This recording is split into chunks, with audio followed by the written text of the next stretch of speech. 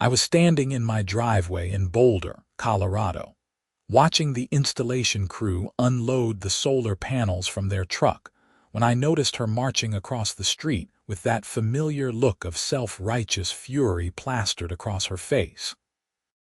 Sharon Hendricks, the president of our Meadowbrook Hills Homeowners Association, was clutching a clipboard like it was some kind of legal weapon, her sensible flats slapping against the pavement with the rhythm of impending confrontation.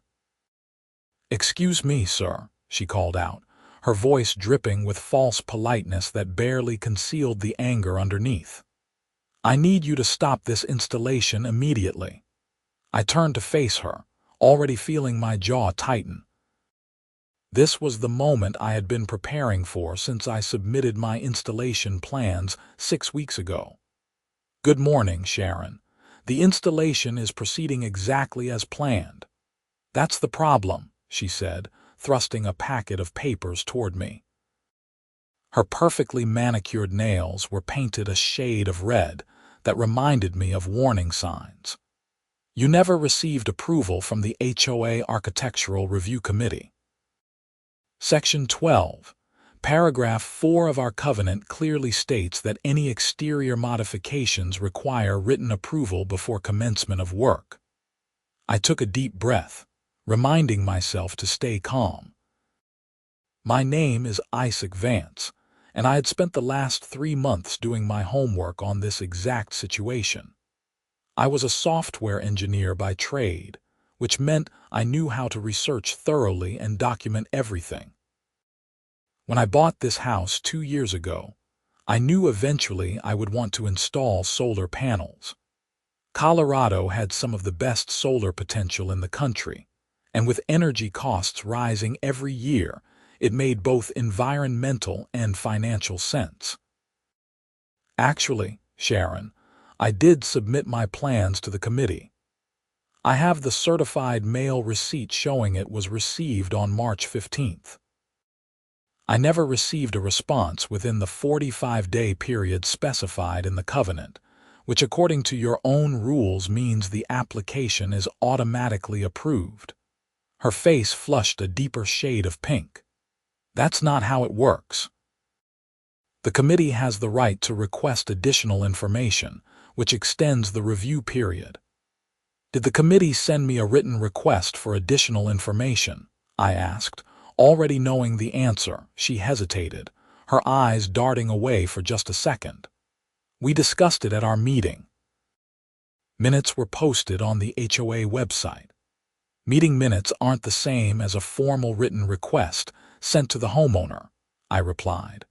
"But more importantly, Sharon, Colorado has very specific laws about HOAs and renewable energy installations. Have you reviewed Colorado Revised Statute 38-3168? The installation crew had stopped working and were watching our exchange with interest. The lead installer, a guy named Marcus who had been doing solar installations for 15 years, gave me a subtle thumbs up. He had warned me that about 30% of their jobs involved some kind of HOA dispute. Sharon's expression shifted from angry to uncertain.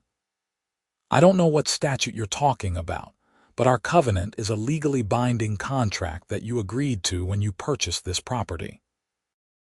I pulled out my phone and opened the Notes app, where I had saved the relevant information.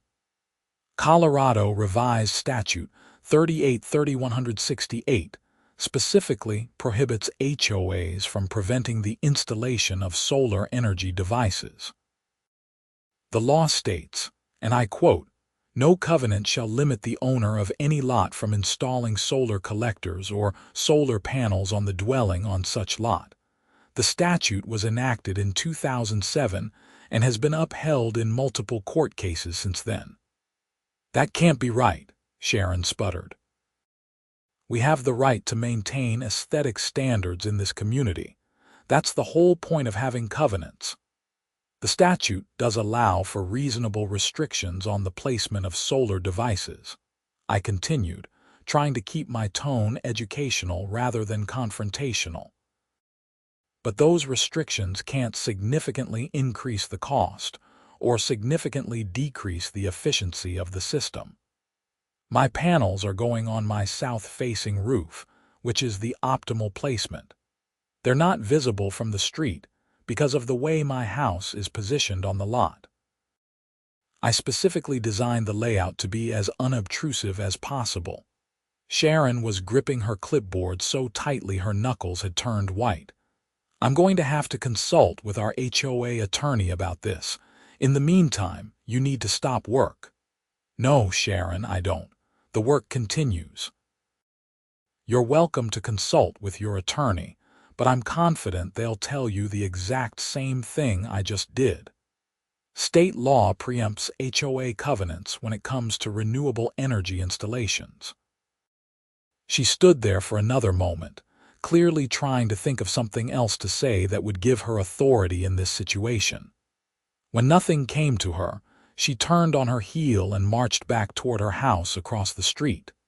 I watched her go, feeling a mixture of satisfaction and dread. I knew this wasn't over. Marcus walked over to me, shaking his head with a grin. Man, you handled that well. Most people get flustered when the HOA shows up. You want us to keep going? Absolutely, I said. Let's get these panels up today.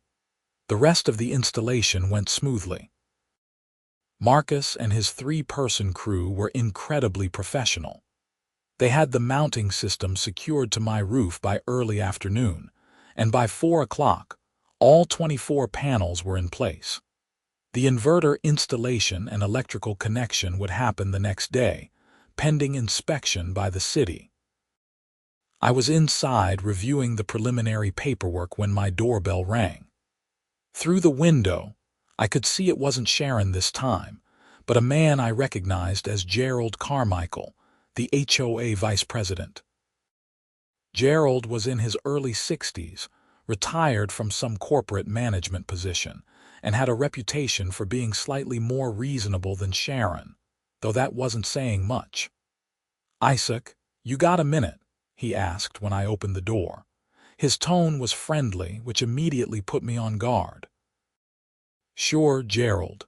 What's up?" "Listen, Sharon called me all worked up about your solar panels. I wanted to come by and see if we could work something out that makes everyone happy." I gestured for him to come inside. We sat in my living room and I offered him water, which he declined. "Here's the thing," Gerald began, leaning forward with his elbows on his knees in what I assumed was his old negotiation posture.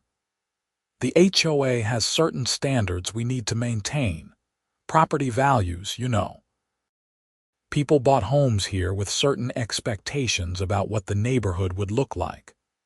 "I understand that," I said. "That's why I chose a roof-mounted system that's barely visible from the street. Have you actually looked at the installation from the front of my house?" "Well, no, not yet. Let's go take a look," I suggested. We walked outside and stood at the edge of my property, looking back at the house. From the street level, you could see maybe 3 panels peeking over the roofline. The rest were completely hidden by the angle of the roof. Gerald studied the house for a long moment. "Okay, I'll admit, that's less visible than I expected, but Sharon says you didn't get proper approval." I submitted my application exactly according to the process outlined in the covenant. The committee never responded within the required time frame. "But Gerald, even if there was some procedural issue, it wouldn't matter. Colorado law explicitly protects my right to install solar panels." Sharon mentioned you brought up some statute.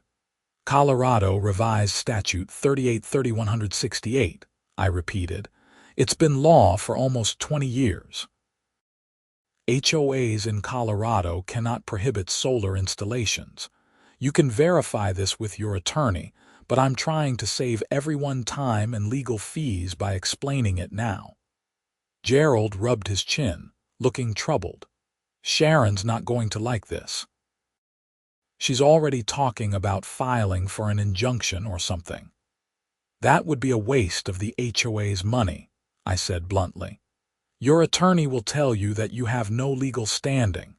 The state law is crystal clear, and courts have consistently sided with homeowners on this issue. We talked for a few more minutes before Gerald left, promising to research the statute and discuss it with the board. I appreciated that he at least seemed willing to consider the facts, even if he was ultimately going to side with Sharon. The next day, the city inspector came out to review the electrical work. He was thorough but efficient, and everything passed on the first try. Marcus and his crew finished connecting the system to my main electrical panel and walked me through the monitoring app that would let me track my energy production in real time. "You're all set," Marcus said, handing me the final paperwork. "Welcome to the Solar Club. You should start seeing the benefits on your next utility bill."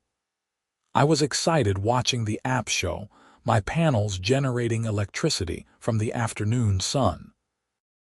The system was producing about 4 kilowatts right now, which meant my house was running entirely on solar power with some excess going back to the grid. It was incredibly satisfying to see those numbers. That satisfaction lasted exactly 3 hours, until I found a formal letter from the HOA in my mailbox. It was typed on official letterhead and signed by Sharon Hendricks in her capacity as president. The letter informed me that the HOA Architectural Review Committee had unanimously denied my application for solar panel installation. It stated that the installation violated multiple sections of the covenant regarding exterior modifications, visual harmony, and prior approval requirements. The letter demanded that I remove the solar panels within 30 days or face fines of $100 per day and potential legal action to enforce the covenant. I read the letter 3 times, feeling my blood pressure rising with each pass. This was exactly the kind of petty tyranny that gave HOAs such a bad reputation. I had done everything right, followed all the rules, and even tried to educate them about the law, but Sharon was determined to flex her perceived authority. I sat down at my computer and drafted a response. I kept it professional and factual, reiterating the state statute and explaining that their denial was legally unenforceable. I included printouts of the relevant statute, along with summaries of 3 court cases where Colorado homeowners had successfully challenged HOA restrictions on solar panels. I sent the letter via certified mail and emailed a copy to every member of the HOA board. 2 days later, my phone rang. The caller ID showed a number I didn't recognize with a Denver area code. "Is this Isaac Vance?" a woman's voice asked, speaking. "Mr. Vance, my name is Patricia Montgomery. I'm the attorney representing the Meadowbrook Hills Homeowners Association. I understand there's a dispute regarding a solar panel installation." I sat up straighter, switching into full attention mode. "Yes, that's correct. The HOA is trying to force me to remove panels that are protected by state law. I've reviewed the file that the board provided to me," Patricia said, and I could hear papers rustling in the background. "I've also reviewed Colorado Revised Statute 38-3168. Can I ask you a few questions about your installation?" "Of course." She asked about the placement, visibility, whether I had considered alternative locations, and the timeline of my application process. I answered everything honestly and thoroughly. "And the panels are already installed and operational?" she asked. "Yes, as of 2 days ago." There was a long pause on the line. "Mr. Vance, I need to be frank with you. I'm calling because I need to advise my client on their legal position. Based on what you've told me and the research I've conducted, I believe the HOA's position is untenable. The statute you cited is quite clear, and the case law supports your right to this installation." I felt a wave of relief. "So you'll advise them to drop their demand?" I will certainly recommend that course of action. However, I should tell you that Mrs. Hendricks seems quite determined on this issue. She's expressed concerns about precedent and maintaining the HOA's authority. I'll be presenting my legal opinion to the board at their meeting next week. I appreciate your honesty and professionalism, I said. For what it's worth, Mr. Vance, you seem to have done your homework. I wish more homeowners were as prepared when they took on projects like this. It would save everyone a lot of headaches. After we hung up, I felt cautiously optimistic. At least the attorney understood the situation. Surely once the board heard from their own lawyer that they couldn't win this fight, they would back down. I was wrong. The following Tuesday evening, I received an email from Sharon with the subject line, HOA Board Decision Solar Panel Issue. My stomach sank before I even opened it. The email informed me that the board had met, and despite the advice of their attorney, had voted 4-1 to proceed with enforcement action against me. They were filing for a preliminary injunction in Boulder County District Court to force me to remove the panels pending a full hearing on the matter. The email stated that the board believed the covenant restrictions were valid, and that my installation set a dangerous precedent that would undermine property values throughout the neighborhood. I stared at the screen in disbelief. They were actually going to spend HOA money, which meant all the neighbors' money, to file a lawsuit they had been explicitly told they couldn't win. This wasn't about the law anymore. This was about Sharon's ego and her need to maintain control. I forwarded the email to my own attorney, Robert Chen, whom I had consulted before starting the installation process. Robert was a real estate attorney in Boulder who had experience with both HOA disputes and renewable energy issues. Robert called me the next morning. "Isaac, I got your email. I have to say, it's rare that an HOA proceeds with litigation after their attorney tells them they don't have a case. Usually the threat of wasting money is enough to bring reason to the table. So, what do we do?" "Well, they're filing for an injunction, which means there will be a hearing probably within a few weeks. We'll need to prepare a response and counterclaim. The good news is that you have the law completely on your side. The bad news is that litigation is expensive and time-consuming, even when you're right." "I'm not backing down," I said firmly. "This isn't just about me anymore. If they get away with this, they'll keep bullying other homeowners who want to make sustainable choices." "I was hoping you'd say that," Robert replied. "Let's fight this the right way. I'm going to need you to gather all your documentation. Every email, every letter, every piece of correspondence with the HOA. Also, get me copies of your installation permits, the inspection certificates, everything related to the solar panels." I spent the next week compiling a comprehensive file. I had kept meticulous records which now proved invaluable. Every certified mail receipt, every email thread, every document was organized chronologically. I also took detailed photographs of the installation from multiple angles, especially from the street, to show how minimally visible the panels were. The court hearing was scheduled for 3 weeks out. In the meantime, life continued in an increasingly uncomfortable way. Sharon had clearly been talking to other neighbors about the situation, and I started noticing a divide in the community. Some neighbors would wave and express support for my solar panels, saying they were thinking about getting them too. Others seemed to avoid me, either not making eye contact or crossing the street when they saw me coming. One evening, I was getting my mail when my next-door neighbor, an elderly woman named Dorothy who had lived in the neighborhood for 20 years, came over to chat. "Isaac, I wanted you to know that I think what Sharon's doing is ridiculous," she said, keeping her voice low even though we were outside. I've been dealing with that woman's nonsense for 2 decades. She treats this HOA like it's her personal kingdom. I appreciate that, Dorothy. It's been frustrating. More than half the neighborhood thinks she's out of line on this, Dorothy continued. But people are afraid to speak up because she'll make their lives miserable.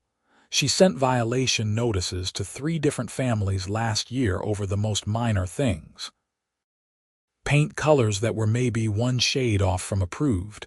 A mailbox that was 4 inches too tall. It's gotten out of control.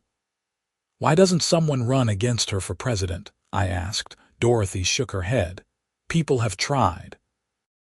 But Sharon has a core group of supporters, and she's very good at getting them to the meetings to vote. Most people just don't care enough about HOA politics to show up. So Sharon wins by default. This conversation gave me an idea. What if this wasn't just about fighting Sharon in court, but about changing the culture of the HOA itself? But first, I had to deal with the immediate legal threat. The hearing arrived on a Wednesday morning in late May. I met Robert outside the Boulder County Justice Center at 8:30. He was carrying a leather briefcase that I knew was stuffed with documentation supporting my case. "Remember, let me do the talking," Robert reminded me as we walked in.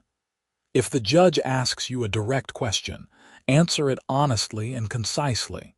Don't volunteer extra information." We entered the courtroom, which was smaller than I expected from television shows. Sharon was there with Patricia Montgomery, the HOA's attorney. Sharon was dressed in a severe navy blue suit, and she shot me a look that could have frozen water. The judge, Honorable Margaret Riley, was a woman in her 50s with gray hair and sharp eyes. She had a reputation, according to Robert, for being no-nonsense and efficient. "Good morning," Judge Riley began. "We're here on the matter of Meadowbrook Hills HOA versus Isaac Vance regarding a preliminary injunction. Miss Montgomery, this is your motion. Please proceed." Patricia Montgomery stood and launched into her argument. To her credit, she was professional and well-prepared, even though I knew she personally didn't believe in the case. She argued that HOA covenants were legally binding contracts, that maintaining aesthetic standards protected property values for all residents, and that my failure to obtain proper approval violated the clear terms of the covenant I had agreed to when purchasing the property. "Your Honor, if we allow homeowners to simply bypass the established approval process, it undermines the entire structure of the homeowners association," Patricia argued. "Today, it's solar panels. Tomorrow it could be satellite dishes, unusual paint colors, or any number of modifications that would negatively impact the community." Judge Riley listened attentively, occasionally making notes. When Patricia finished, she looked at Robert. "Counsel for the defendant." Robert stood, and I was impressed by how calm and confident he seemed. "Your Honor, this is actually a very straightforward matter. Colorado Revised Statute 38-3168 explicitly prohibits homeowners associations from preventing the installation of solar energy devices. The statute states clearly that no covenant shall limit the owner of any lot from installing solar collectors or solar panels. The legislature made a policy decision nearly 20 years ago that promoting renewable energy was more important than HOA aesthetic preferences. He walked through the statute section by section, then cited 3 separate Colorado Court of Appeals cases that had upheld homeowner rights to install solar panels despite HOA objections. He showed photographs of my installation, demonstrating how minimal the visual impact was from the street. "Furthermore, Your Honor, Mr. Vance did everything right. He submitted his application according to the HOA process. The committee failed to respond within their own required time frame. He researched the applicable law.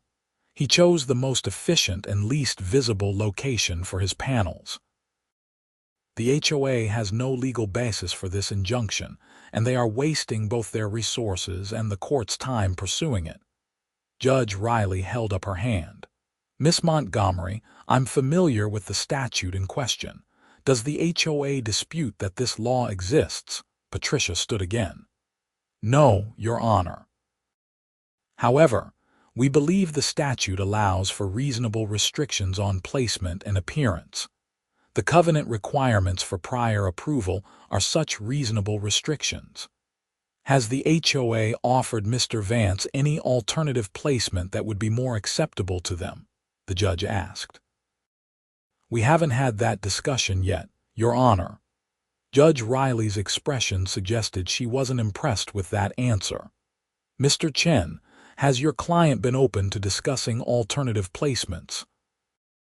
Your Honor, Mr. Vance chose the south-facing roof specifically because that's the most efficient location for solar energy production. Any other placement would significantly reduce the system's efficiency, which the statute specifically says HOAs cannot require. But to answer your question directly, no one from the HOA ever contacted Mr. Vance to discuss alternatives. They simply issued a denial and then a removal demand. The judge leaned back in her chair, looking at the papers in front of her. I'm going to make this very simple. The law in Colorado is clear. HOAs cannot prohibit solar panel installations. They can impose reasonable restrictions on placement, but those restrictions cannot significantly reduce the efficiency of the system. From the photographs I'm looking at, Mr. Vance's installation appears to be minimally visible and appropriately placed for maximum efficiency. She looked directly at Sharon and Patricia. Miss Montgomery, I understand you're representing your client's wishes, but you should have advised them more strongly against pursuing this motion. The statute is unambiguous, and the case law is consistent. I'm denying the motion for preliminary injunction. Sharon made a small sound of protest, but Patricia put a hand on her arm. Judge Riley continued. Furthermore, Mr. Vance is entitled to his attorney's fees in defending against this meritless action. Mr. Chen, please submit your fee statement to the court within 14 days. The HOA will be responsible for those costs. Thank you, Your Honor, Robert said. We stood as the judge exited the courtroom. I felt a surge of vindication mixed with relief. I had won, and the law had protected exactly what it was designed to protect. Sharon stormed out of the courtroom without looking at me. Patricia Montgomery, however, came over to where Robert and I were gathering our materials. Mr. Vance, congratulations, she said quietly. For what it's worth, I did advise my client strongly against pursuing this. But ultimately, I represent their decisions, not my personal opinion. I understand, I said. You did a professional job arguing a difficult case. Thank you. I hope this matter is now resolved. Robert and I walked out of the courthouse into the bright May sunshine. That went about as well as it could have, he said. The judge was clearly annoyed that the case was even brought, and getting attorney's fees awarded is going to send a message to the HOA board. How much are we talking about? I asked. Based on my hours, probably around $4,000. Which isn't massive, but it's enough that it should hurt the HOA budget and make the board think twice about Sharon's leadership. We shook hands, and I drove home feeling lighter than I had in weeks. When I pulled into my driveway, I noticed Dorothy was outside watering her flowers. She gave me a big smile and a thumbs up. Word traveled fast. That evening I got a call from Gerald Carmichael, the HOA vice president. Isaac, I just wanted to call and say that I'm sorry about all this, he began. I voted against pursuing the lawsuit. So did Martin Fisher, the treasurer. But Sharon, along with her supporters on the board, outvoted us. I appreciate you calling, Gerald. The thing is, the judge ordering the HOA to pay your attorney's fees is going to cause problems. That's money that should be going to maintaining common areas, not paying for Sharon's vendetta. I think there are going to be some unhappy homeowners when word gets out. Maybe this will be a wake-up call, I suggested. Maybe. Listen, I wanted to let you know that several of us are considering not running for re-election to the board. We're tired of fighting Sharon on everything. She's impossible to work with. This concerned me.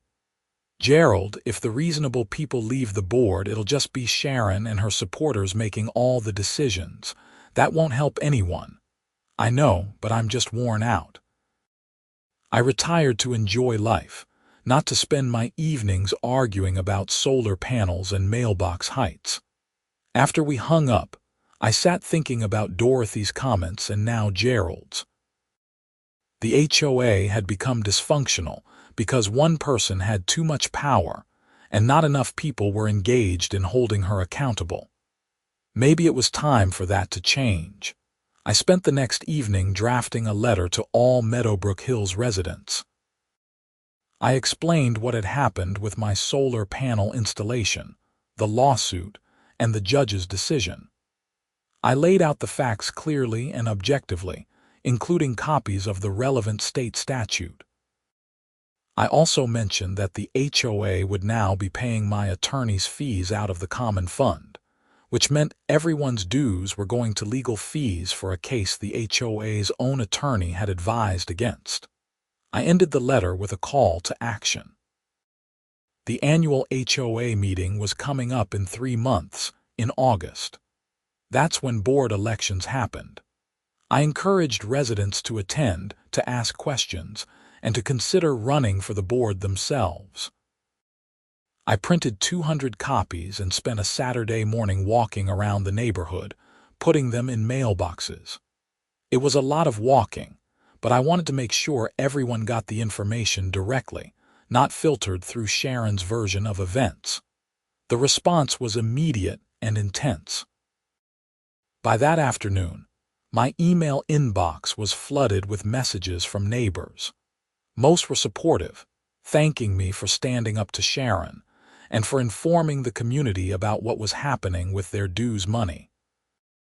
A few were critical, saying I was causing drama and should have just complied with the HOA's request. One email from a neighbor named Brenda called me a troublemaker who was destroying neighborhood harmony. Sharon, predictably, was furious. She sent a mass email to all residents accusing me of spreading misinformation and claiming that the board had acted in the best interests of the community.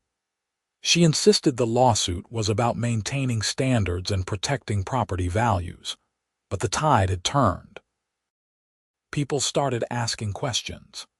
At the next regular HOA board meeting, which I made sure to attend, the room was packed. Normally, these meetings had maybe 10 people. This time, there were at least 50 residents. Sharon opened the meeting looking nervous despite her attempts to appear in control. She tried to rush through the standard agenda items, but people kept interrupting with questions. "Why did we pursue a lawsuit after our attorney said we couldn't win?" asked Martin Fisher, the treasurer and board member. Sharon's face flushed. The board felt it was important to protect the covenant. "But we're now paying $4,000 in legal fees," Martin pressed. "That's money from our reserve fund. What programs are we going to cut to make up for this expense?" "We'll address that in the budget discussion," Sharon said dismissively. A woman I recognized as living 3 streets over stood up. "I'm Barbara Winters. I've been considering installing solar panels on my house. After what happened with Isaac, am I going to face the same harassment?" "It wasn't harassment," Sharon snapped. "It was enforcement of our covenant. A covenant that's superseded by state law," I interjected from my seat, "which is exactly what the judge said." Sharon glared at me.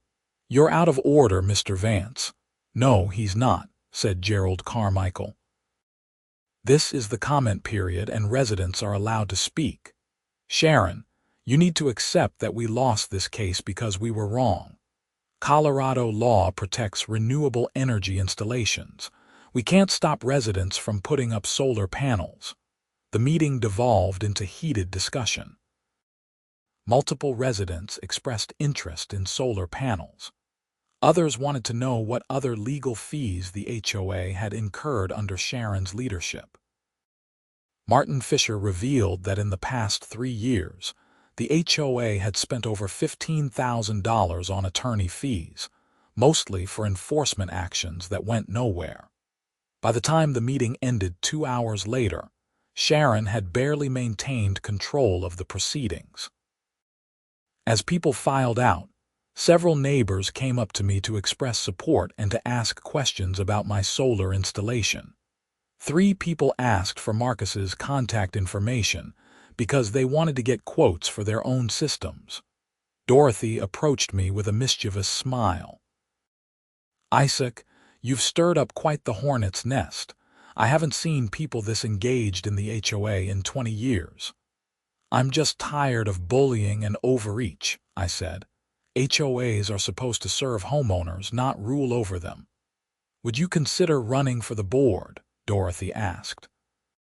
"We need people like you, people who actually understand that homeowners have rights." I hadn't seriously considered it before that moment, but looking around at the engaged, frustrated residents, I realized Dorothy was right. The only way to fix the problem was from the inside. You know what? Maybe I will. Over the next 2 months, I talked to dozens of neighbors about HOA issues. What I discovered was a deep well of frustration that had been building for years. Sharon had been president for 6 years, and during that time, she had become increasingly autocratic. Violation notices for minor issues. Arbitrary denial of reasonable requests. A culture of fear where people were afraid to paint their front door or plant new flowers without extensive documentation. I wasn't the only person interested in changing the board. Barbara Winters, the woman who had spoken up about wanting solar panels, agreed to run for a board position. So did a younger couple, James and Linda Martinez, who had gotten into a dispute with Sharon over playground equipment in their backyard. Another neighbor, Frank Sullivan, a retired attorney, also threw his hat in the ring. Sharon, sensing the threat, began campaigning hard for herself and her slate of candidates. She sent out multiple emails warning that radical elements were trying to take over the HOA and would destroy property values by removing all standards and restrictions. I kept my campaign simple and focused. I sent one letter to residents outlining my platform: transparent governance, reasonable enforcement of covenants, respect for homeowner rights, and promoting sustainable improvements like solar panels. I emphasized that I wasn't against having standards, but those standards needed to be balanced with common sense and individual property rights. The annual meeting in August was held at a local community center because the usual meeting room at the clubhouse was too small for the expected crowd. Over 100 residents showed up, which was unheard of for an HOA meeting. Sharon called the meeting to order and immediately tried to set a confrontational tone. "I want to remind everyone that this HOA exists to protect your property values and maintain the standards that make Meadowbrook Hills a desirable place to live. There are those who would tear down everything we've built in the name of individual freedom, but that's not what you signed up for when you bought homes here." It was a clear attack on me and the other reform candidates, but her strategy backfired. People had come to this meeting precisely because they were tired of Sharon's leadership style. The election process was straightforward. 5 board positions were up for election. Each candidate gave a 3-minute speech, and then there was a written ballot vote. When my turn came to speak, I walked to the front of the room and looked out at my neighbors. I'm not here to tear down the HOA. I'm here to restore balance. HOAs serve an important purpose when they're run properly. They maintain common areas, organize community events, and yes, enforce reasonable standards. But somewhere along the way, we've lost sight of the fact that this is our community, not a dictatorship. State law protects certain homeowner rights, like the right to install solar panels, because the legislature decided that some things are more important than HOA aesthetic preferences. Our board should respect those laws, not fight expensive legal battles against them. I talked about transparency, about making sure residents understood how their dues were being spent. I talked about focusing on real issues that affected property values, like maintaining landscaping in common areas, rather than harassing homeowners over paint shades that were barely distinguishable from approved colors. I'm running because I believe we can do better. I believe we can have standards without intimidation. I believe we can respect our covenant while also respecting the rights of the people who actually own these homes. And I believe that when we make decisions, we should ask ourselves whether we're truly serving the community or just serving someone's need for control. The applause when I finished was substantial. Sharon looked like she had just swallowed something bitter. The other reform candidates gave similar speeches, emphasizing common-sense governance and resident rights. Sharon's slate focused on maintaining standards and warning about the dangers of relaxing enforcement. After all the speeches, ballots were distributed and collected. The counting took about 30 minutes, during which there was a palpable tension in the room. Sharon stood near the front with her arms crossed, occasionally whispering to her supporters. Finally, Martin Fisher, who was overseeing the election count, returned to the podium. I have the results. For the 5 board positions, the following candidates have been elected: Isaac Vance, Barbara Winters, Frank Sullivan, James Martinez, and Gerald Carmichael. The room erupted in applause. I felt a wave of relief and excitement. We had done it. Sharon and her entire slate had been voted out, replaced by people committed to reform. Sharon's face went through several shades of red and white. She grabbed her purse and walked out of the meeting without saying another word. Several of her supporters followed her, but most people stayed. Frank Sullivan, with his legal background, knew the procedural rules. According to the bylaws, the new board needs to hold an organizational meeting within 7 days to elect officers. I move that we schedule that meeting for this Thursday evening. The motion passed, and the meeting continued with other business. But the mood had completely changed. People were smiling, chatting excitedly, making plans for improvements they wanted to see. It felt like a weight had been lifted from the entire community. Thursday evening, the new board met at Gerald's house. The first order of business was electing officers. Gerald was elected president, having the most board experience. Frank became vice president. Barbara took on the secretary role and James became treasurer. I was elected to a new position we created on the spot, sustainability coordinator. What exactly does a sustainability coordinator do? Barbara asked with a smile. Helps residents navigate the process for renewable energy installations, promotes environmentally friendly community improvements, and makes sure we're not wasting money on unnecessary legal battles about things state law already protects, I said. Everyone laughed, but we all knew there was real work ahead. Our first task was to review all the pending violation notices Sharon had issued. We went through them one by one, and what we found was appalling. A family was being threatened with fines because their grass was 1 inch taller than the 2-inch maximum during a dry spell when water restrictions were in effect. Another homeowner was being cited because their house number plaque was brass instead of black, even though the covenant just said dark metal.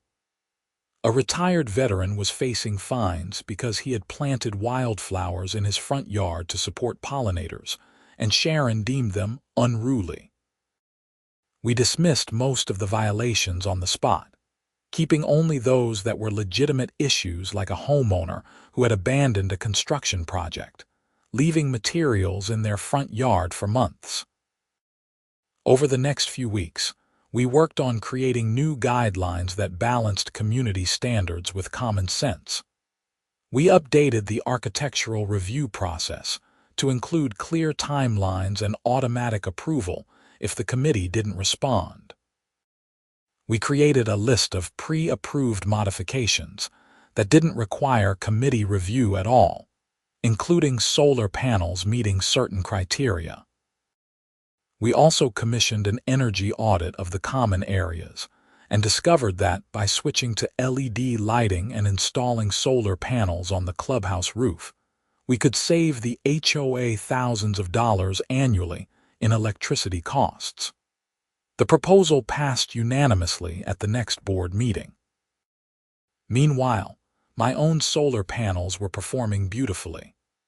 My August electric bill showed that I had produced more energy than I consumed, resulting in a credit from the utility company. Over the course of the summer, I had generated enough excess electricity to essentially zero out my utility costs. Marcus, the installer, called me one afternoon in September. "Man, I don't know what you did, but we've gotten 6 requests for quotes in Meadowbrook Hills in the past 2 months. Before your installation, we had never done a single job in that neighborhood. You've opened the floodgates." "That's exactly what I was hoping for," I said. "People want to do the right thing for the environment and their wallets.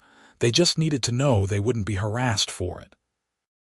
By October, 4 more homes in the neighborhood had solar panels installed. Barbara Winters was one of them, and she kept sending me excited texts about her energy production. The neighborhood was changing, and it was changing for the better, but Sharon wasn't done causing problems.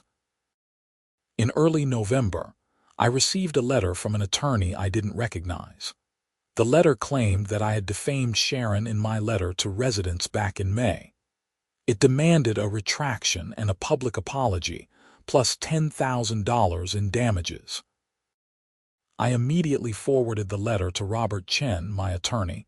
He called me back within an hour laughing. "Isaac, this is ridiculous. Truth is an absolute defense to defamation. Everything you said in your letter was factually accurate. You stated what happened in court, what the judge ruled, and the amount of attorney's fees. There's no defamation here. So what do? I'll respond on your behalf and explain why this claim has no merit. Honestly, I think Sharon is just lashing out because she lost her position. This won't go anywhere." Robert was right. After he sent his response letter, thoroughly dismantling the defamation claim, we never heard another word about it. Sharon's attorney had probably taken one look at the facts and advised her that pursuing the case would be a waste of money. The holidays came and went. The new HOA board continued to make positive changes. We organized a neighborhood holiday party that was better attended than any event in years. We launched a neighborhood watch program that actually brought people together instead of just generating more violation notices. In January, Gerald approached me with an interesting proposal. "Isaac, I've been talking to some board members in other HOAs around Boulder. A lot of them are dealing with questions about solar panels and renewable energy. Would you be willing to do a presentation at a meeting of HOA board members, share what we learned from our experience?" I agreed, and in February I found myself in a conference room with board members from a dozen different HOAs. I walked them through Colorado's renewable energy statute, explained the legal protections for homeowners, and shared how our HOA had turned a conflict into an opportunity for positive change. The key is to understand that state law is on the side of renewable energy, I explained. You can't fight it, so you might as well work with it. Create clear guidelines that respect homeowner rights while maintaining reasonable aesthetic standards where the law allows. And most importantly, recognize that solar panels and other renewable energy systems actually increase property values in most markets now.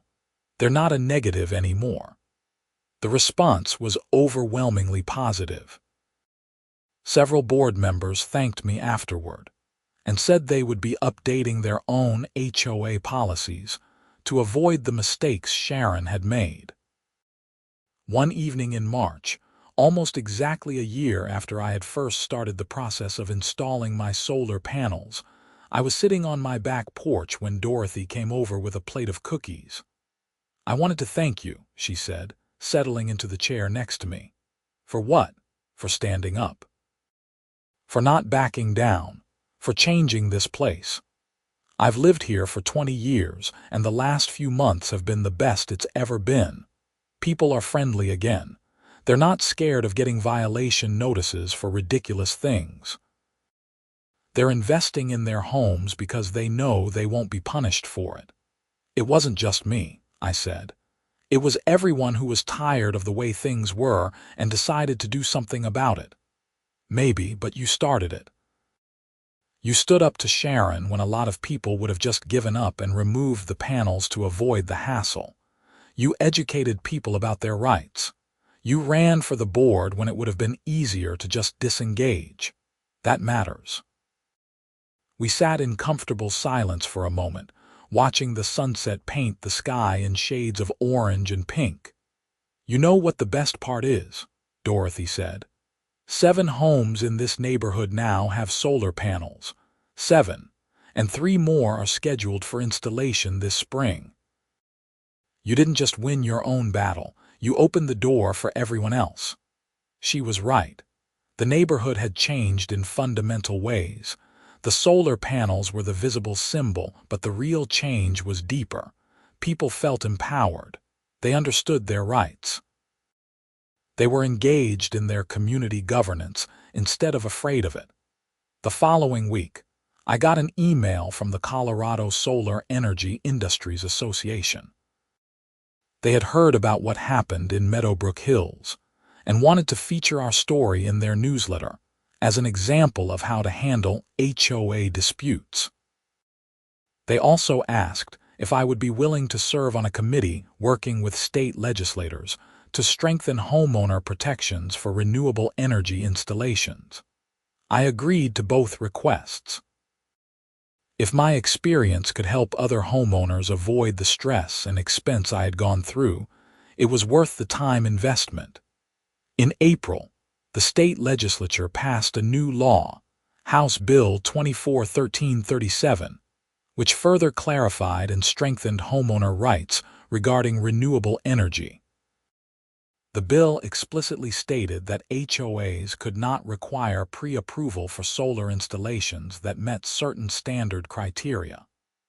It also created penalties for HOAs that attempted to prohibit or unreasonably restrict renewable energy systems. I was invited to the signing ceremony at the state capitol, where the governor mentioned the Meadowbrook Hills case as an example of why the legislation was necessary. Back in the neighborhood, life continued to improve. The HOA board, under Gerald's leadership, had transformed from an antagonistic enforcement body to an actual community organization. We organized quarterly neighborhood events. We created a community garden in one of the common areas. We even launched a bulk purchasing program for homeowners interested in solar panels, negotiating a discount with Marcus's installation company. Sharon had essentially disappeared from community life.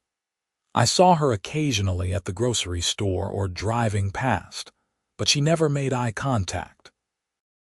I heard from Dorothy that she and her husband were considering moving to a different neighborhood, somewhere with a more traditional HOA culture. I almost felt sorry for her. She had let her need for control destroy her standing in the community. One Saturday in May, I was outside washing my car when a couple I didn't recognize walked up my driveway. "Are you Isaac Vance?" the man asked. "That's me." "I'm Derek. This is my wife Amanda. We're looking at houses in this neighborhood. We're in escrow on the Thompson place, 3 streets over." Our real estate agent told us about what happened here last year with the HOA and solar panels. "Oh yeah, what did they say?" Amanda spoke up. "They said this used to be a nightmare HOA run by a dictator, but now it's one of the most desirable neighborhoods in Boulder because the HOA is actually reasonable. They said you were a big part of that change. We're specifically looking for a house where we can install solar panels without hassle, and Meadowbrook Hills is now on the top of our list." We talked for another 20 minutes. I gave them Marcus's contact information and explained the new HOA pre-approval guidelines for solar installations. They were excited and grateful. After they left, I thought about the journey of the past year. What had started as a frustrating confrontation with an overreaching HOA president had transformed into something much bigger. We had changed the culture of an entire community. We had helped strengthen state law protections for renewable energy. We had inspired other neighborhoods to examine their own governance practices. And personally, I had learned something important about civic engagement. It's easy to complain about problems. It's harder to actually do something about them. But when you stand up for what's right, when you educate yourself about the law and your rights, when you're willing to fight battles that benefit not just yourself but your entire community, you can make real change happen. My solar panels continued to produce clean energy, reducing my carbon footprint and eliminating my electricity bills.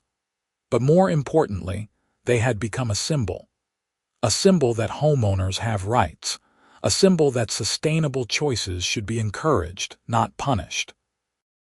A symbol that even the most entrenched power structures can be changed when people come together with common purpose. In June, our HOA held its first annual sustainability fair. Vendors set up booths with information about solar panels, electric vehicles, energy-efficient appliances, water conservation, and native landscaping. Marcus's company had a booth, and they signed contracts for 3 more installations that day alone. A local electric vehicle dealer brought several cars for test drives. A xeriscaping company talked to dozens of homeowners about reducing water usage while creating beautiful yards. The event drew over 200 people, including residents from neighboring HOAs who had heard about the changes in Meadowbrook Hills. Local news covered the event, interviewing me and several board members about how we had transformed from an anti-renewable energy HOA to one actively promoting sustainability. During the interview, the reporter asked me what advice I would give to other homeowners facing similar battles with their HOAs. "Know your rights," I said. "Research the law. Document everything. Don't be intimidated by people who claim authority they don't actually have. And remember that HOA boards work for the homeowners, not the other way around. If your board isn't serving the community well, get involved. Run for the board. Show up to meetings. Engage your neighbors." Change happens when people decide they're tired of the status quo and actually do something about it. As summer continued, Meadowbrook Hills became something of a model community in the Boulder area. Other HOAs reached out to learn about our sustainability initiatives and our balanced approach to covenant enforcement. Gerald and I were invited to speak at a statewide HOA conference about best practices for handling renewable energy installations. The neighborhood itself looked different now. not just because of the growing number of solar panels visible on rooftops, but because of the atmosphere. People smiled more. They lingered outside talking to neighbors instead of rushing into their houses.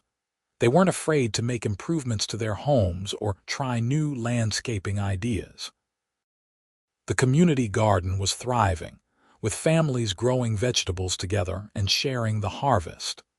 In August, at our second annual meeting since the board transformation, Gerald announced that he would be stepping down as president at the end of the year.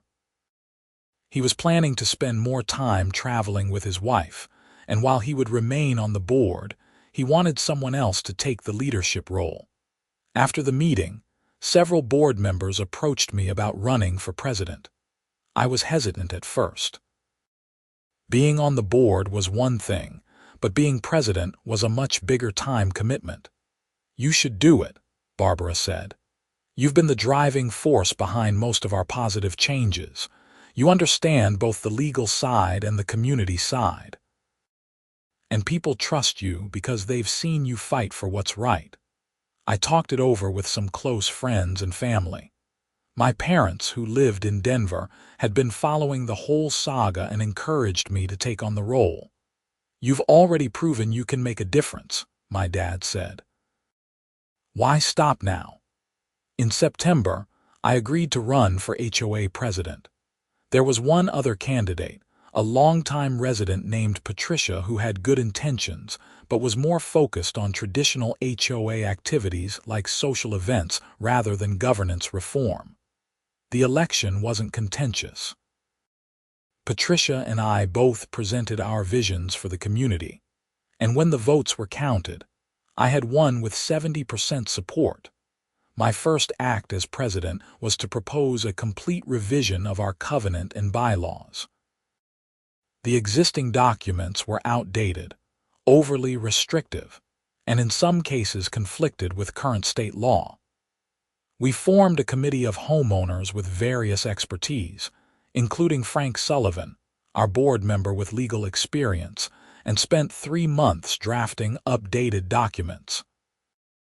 The new covenant maintained reasonable standards for property maintenance and aesthetics, but removed the arbitrary and overly specific restrictions that Sharon had used to harass residents.